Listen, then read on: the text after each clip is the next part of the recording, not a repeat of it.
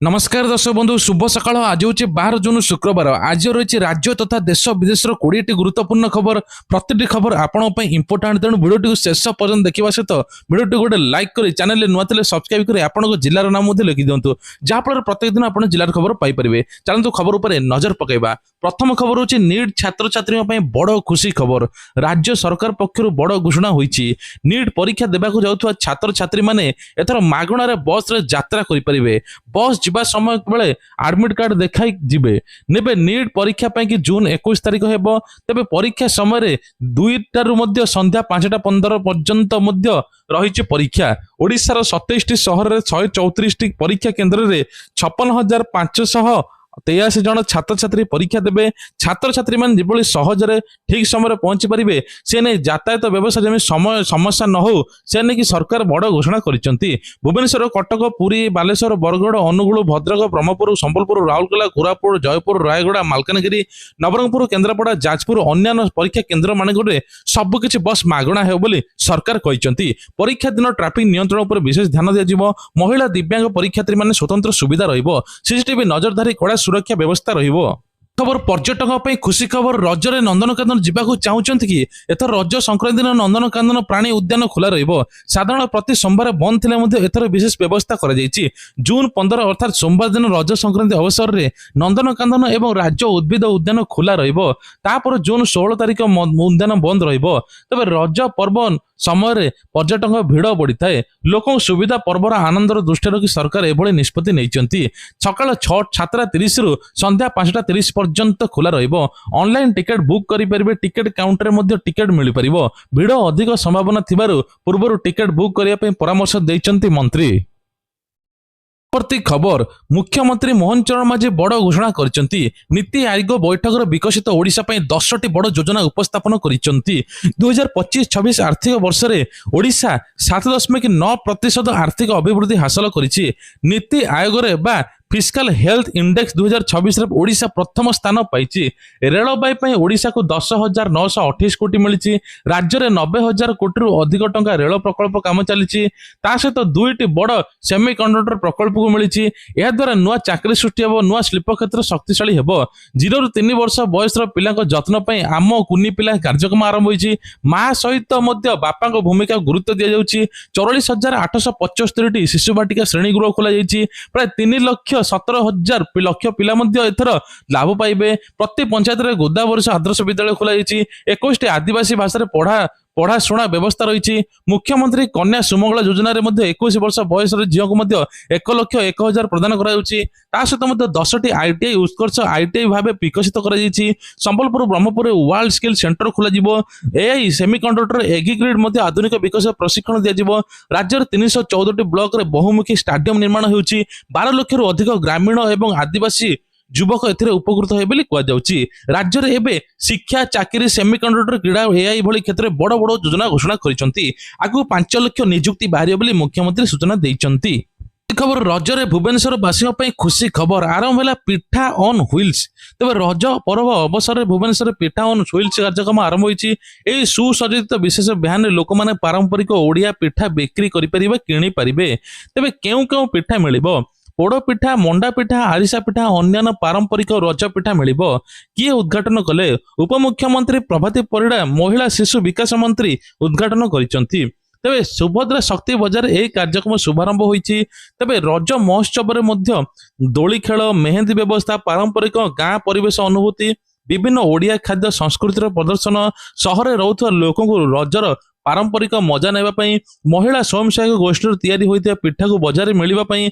मेहंदी लगाइबे पोड़ पिठा खाइबे दोली रज पर्व को स्वागत करिवे उपमुख्यमंत्री बेली कहिसंती तेबे रज पर्व को आकर्षण करबा पई भुवनेश्वर पिठा ऑन व्हील्स आरंभ होइछि एटारे लोक माने पारंपरिक ओडिया पिठार स्वाद सहित रजर मजा नै पारे बेली कह जाउछि केन्द्रापड़ा हंगामा सरपंच चामेली ओझा असुस्थ हस्पिटाल भर्ती केन्द्रापड़ा महाकालपड़ा तिकिरी सरपंच चामेली ओझा तांको भाई पंचायत समस्या को नहीं ब्लॉक कार्यालय को जाइथिले सेठारे सेमाने सोशल मीडिया रे लाइव करथुवा दे किछि लोक विरोध करथिले उभय पक्ष युक्तितर्क पाटितुंड होइतिला परिस्थिति उत्तेजनापूर्ण होबारु पुलिस घटनास्थल पहुंचीला पुलिस सरपंच चामेली ओझा तांको भाई को थाना रे अटक रखिछि थाना रे अटक रखिला बेले चामेली ओझा असुस्थ होई पड़िथिले प्रथमे तांको महाकालपड़ा गोष्ठी स्वास्थ्य केन्द्र को नियाइथिला अवस्था गुरुतर हेबारु केन्द्र केन्द्रापड़ा मुख्य चिकित्सालय स्थानांतरित कर चामेली ओझा बापा निरंजन ओझा अभियोग कर ब्लॉक कार्यालय झील को माड मर थाना माड मर अभियोग एपर्यंत पुलिस कौन प्रतिक्रिया मिली ना। किसी दिन पूर्व तिकिरी पंचायत जबरदखल उच्छेद को विरोध करते तहसिल प्रशासन काम को नक फेरी जाते यही घटना चामेली ओझा सोशल मीडिया बेस भाइराल होते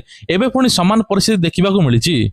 ओडिशा आसुची वर्षा दक्षिण पश्चिम मौसुमी बायु आगमन पर अनुकूल रही आगामी 2 ରୁ 3 दिन मध्य मौसुमी बायु ओडिशा पहुंची वर्षा हेबो। तेज 24 घंटा मध्य बालेश्वर भद्रक जाजपुर केन्द्रापड़ा जगतसिंहपुर कटक सुंदरगढ़ अनुगुल ढेंकानाल केउंझर मयूरभंज नवरंगपुर रायगड़ा कोरापुट मालकानगिरी पुरी खोर्धारे ऑरेंज वार्निंग जारी कर जिला गुड़िक बिजुली सहित 50 ରୁ 60 किलोमीटर बेगर पवन बहब से आसंता काली ब्रजपात पवन और प्रबल वर्षा हेबो बोली कहुछि। तेज प्रबल वर्षा सहित बिजुली घड़घड़ी 50 ରୁ 70 किलोमीटर आगामी आसंता काली हेबो बोली पाणीपाग विज्ञान सूचना देछि। खबर रही मृत भावी कूअरे फिंगिदेले 4 दिन पर जीवंत हेले एही व्यक्ति। बरगड़ जिलार विजयपुर ब्लॉक रे एभली घटना घटी एक निछाटिया स्थान में थिबा कूअरे जड़े व्यक्ति को जीवंत उद्धार कर 4 दिन धरी कूअरे पड़की रही चिल्लाउथिले हे भगवान। तुलसी राम कहवा अनुसार 5 जन लोक ताको माड़ मारी से मरी जाइथिबा भाबी ताको कूअरे पकाई देथिले।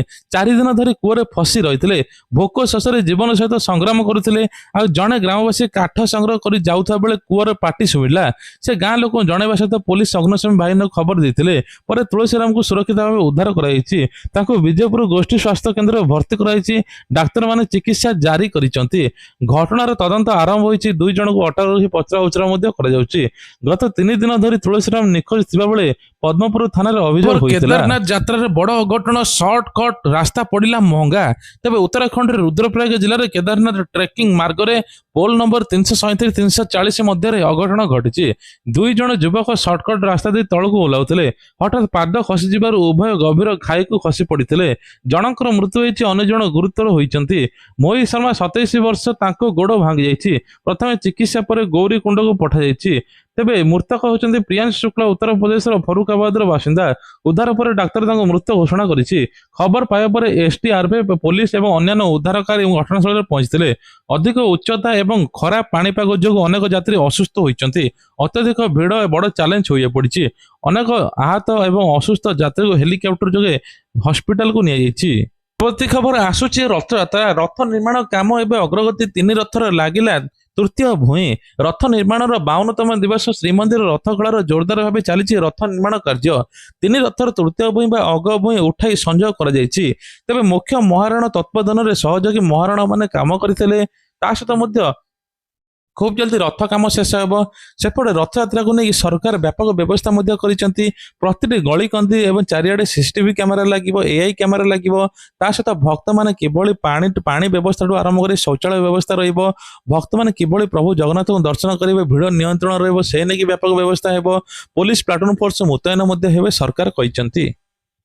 पीड़िता महिला बड़ घोषणा मिलिब सरकारी घर मागणा चिकित्सा सुविधा। तेबे ट्रिपल टरका एसिड माड़ घोषणा रे निराश महिला को विशेष सहायता सरकार देइचंती। प्रधानमंत्री आवास योजना पक्का घर, मुख्यमंत्री आवास योजना बासगृह, आयुष्मान भारत योजना स्वास्थ्य सेवा, मुख्यमंत्री जन आरोग्य योजना लाभ मिलिबो। तो विशेषकर एसिड आक्रमण जड़े महिला शिकार होते असहाय महिला को सरकार योगी आदित्यनाथ एड बड़ घोषणा करिसेंती। जो महिला निजस्व घर नहीं से पक्का घर जोगाई दिया परिवार सहित स्वास्थ्य बीमा योजना लाभ मिलिबो। प्रति खबर गजपति बड़ ठकेई रैकेट धरा पड़ी 137 मोटरसाइकेल मास्टरमाइंड गिरफ। गजपति जिले में अजब घटना घटी। तेज लोक ऋण देवा नाम प्रलोभित कराउथला। मोटरसाइकेल सुना मोबाइल दस्तावेज ग्रहण कराउथला। घरे गाड़ी सामग्री न फेराई दे ठकुथिले। तेबे कहु जो ऋण परिशोध करुले गाड़ी आ सामग्री फेरा नुले।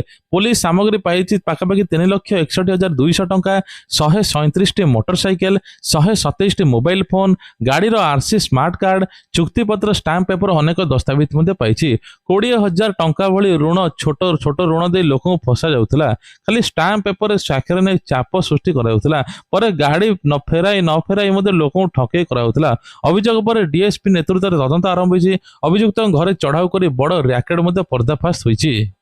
परवर्ती खबर तेबे छोट संस्थार बड़ संकट ओडिशा कर्मचारी दरमा सबुठु कम। तेबे अर्थनैतिक एक बड़ सूचना देइछन जे संस्था गुड़िकर मेरुदंड थिले मध्य ଏବେ ଓଡ଼ିଶାର ଅଣପଞ୍ଜୀକୃତ ଛୋଟ ସଂସ୍ଥାଗୁଡ଼ିକ କର୍ମଚାରୀ ସବୁଠୁ କମ୍ ଦରମା ପାଉଛନ୍ତି। ଓଡ଼ିଶାର ମୁଣ୍ଡ ପିଛା ବାର୍ଷିକ ଆୟ 1,05,335, ଜାତୀୟ ହାର 1,46,550, ଦୈନିକ ମାତ୍ର 292 ଟଙ୍କା। ଏହା ଦିନ ମଜୁରିଆ ମଧ୍ୟ କମ୍ ବୋଲି କୁହାଯାଉଛି। କେରଳ, ଗୁଜରାଟ, ତେଲେଙ୍ଗାନା, ଉତ୍ତରାଖଣ୍ଡ ଆଦି ତୁଳନାରେ ଓଡ଼ିଶା ବହୁତ ପଛରେ ରହିଛି। ତ ବିଶେଷ କରି ଫଳରେ ଲକ୍ଷ ଲକ୍ଷ ଶ୍ରମିକ କମ୍ ଦରମାରେ କାମ କରୁଛନ୍ତି। ସବୁଠୁ କମ୍ ଆୟ କରୁଥିବା ରାଜ୍ୟ ହେଉଛି ଓଡ଼ିଶା। ତେବେ ଛୋଟ ସଂସ୍ଥାଗୁଡ଼ିକୁ ପଞ୍ଜୀକରଣ ବଡ଼ ଶିଳ୍ପ ସହିତ ଯୋଗାଯୋଗ ମିଳେ, ତେଣୁ ଶ୍ରମିକମାନେ ଅର୍ଥନୀତି ଉନ୍ନତି କରିପାରିବେ।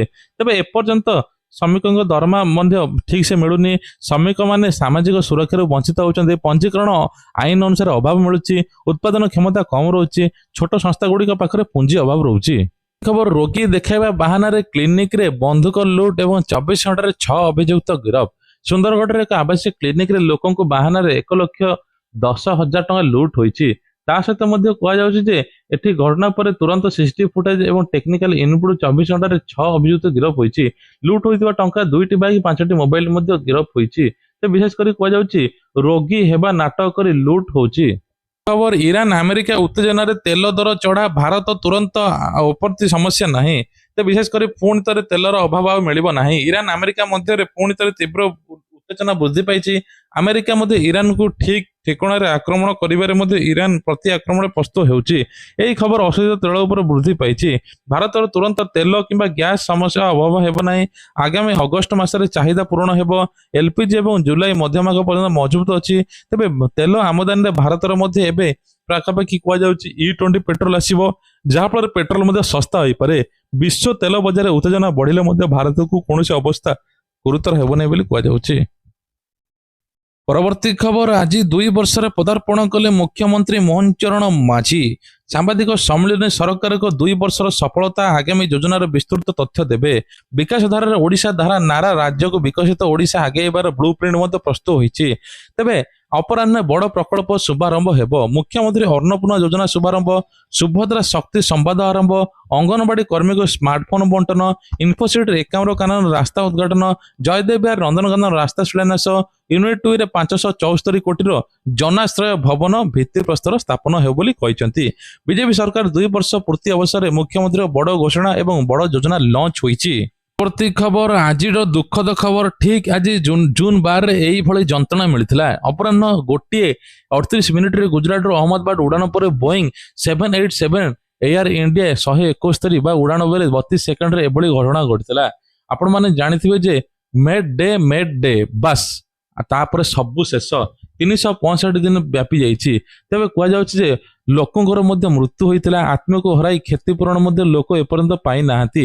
ତ ବିଶେଷ କରି କୁହାଯାଉଛି କ୍ୟାଲେଣ୍ଡର ସେଇ 1 ତାରିଖ ଲୋକଙ୍କୁ ଅଭୁଲା ଯନ୍ତ୍ରଣା ପୁଣି ଦେଇଦେଉଛି। 260 ଜଣଙ୍କର ମଣିଷର ସ୍ୱପ୍ନ ସବୁକିଛି ଚୁରମାର ହୋଇଯାଇଥିଲା। ସମସ୍ତଙ୍କର ମୃତ୍ୟୁ ମଧ୍ୟ ହୋଇଯାଇଥିଲା। ପରବର୍ତ୍ତୀ ଖବର ରହୁଛି, ଏବେ ପିଏମ୍ କିଷାନ ପରେ ସିଏମ୍ କିଷାନ ଟଙ୍କା ଆସିବ। ଚାଷୀମାନଙ୍କୁ 2,000 ଟଙ୍କା ମିଳିବ। ତା ସହିତ ମଧ୍ୟ ସୁଭଦ୍ରା ଟଙ୍କାରେ 5,000 ମିଳିବ। ଯେଉଁମାନେ ଏପ୍ରିଲ ପର୍ଯ୍ୟନ୍ତ ଆବେଦନ କରିଛନ୍ତି ତାଙ୍କୁ ମଧ୍ୟ ସୁଭଦ୍ରାରେ 5,000 ମିଳିବ ରାକ୍ଷୀ ପୂର୍ଣ୍ଣିମା ଦିନ। ଏପଟେ ସ୍କୁଲ ପିଲାଙ୍କୁ ମଧ୍ୟ କୁହାଯାଉଛି ଯେ କିଛି ଉପହାର ଦେବେ ମୁଖ୍ୟମନ୍ତ୍ରୀ। ତା ସହିତ ଚାଷୀମାନଙ୍କୁ ଋଣ ଛାଡ଼ ଏବଂ ଏସ୍ଏଚଜି ମହିଳାଙ୍କୁ ଋଣ ଛାଡ଼ ମଧ୍ୟ 10,000 ଟଙ୍କା ପର୍ଯ୍ୟନ୍ତ ମଧ୍ୟ ଋଣର ସୁଧ ନେବେ ନାହିଁ ମୁଖ୍ୟମନ୍ତ୍ରୀ। ମୁଖ୍ୟମନ୍ତ୍ରୀ କହିଛନ୍ତି ଏସ୍ଏଚଜି ମହିଳାକୁ ବଡ଼ ଉପହାର, ପ୍ରତି ମହିଳାକୁ 10,000 ଟଙ୍କା ମିଳିବ। ତା ସହିତ ମଧ୍ୟ ଆଉ ଗୋଟେ ବଡ଼ ଘୋଷଣା ହୋଇଛି ଯେ ଏଥର କହିଛନ୍ତି ମୁଖ୍ୟମନ୍ତ୍ରୀ ଯେଉଁମାନେ ରାସନ କାର୍ଡରେ ଆର୍ଥିକ ସମ୍ବଳ ନାହିଁ, ଇନକମ୍ ଜିରୋ, ତାଙ୍କୁ 1,000 ଟଙ୍କା ସହାୟତା ମିଳିବ। ଆଉ ଯେଉଁ ନୂଆ ଯୋଗ୍ୟ ହିତାଧିକାରୀ ରାସନ କାର୍ଡ ଆବେଦନ କରିବେ 30 ଦିନ ଭିତରେ ରାସନ କାର୍ଡ ଯୋଗାଇ ଦେବେ ସରକାର। ଇଏ ଥିଲା ଆଜିର ଦେଶ ବିଦେଶ ରାଜ୍ୟର ଖବର। ଯଦି ଆପଣଙ୍କୁ ଭଲ ଲାଗିଥାଏ ନିଶ୍ଚୟ ଲାଇକ୍ କରିବେ, ଚ୍ୟାନେଲରେ ନୂଆ ଥିଲେ ସବସ୍କ୍ରାଇବ କରିବା ପାଇଁ ଭୁଲିବେ ନାହିଁ। ଜୟ ଜଗନ୍ନାଥ।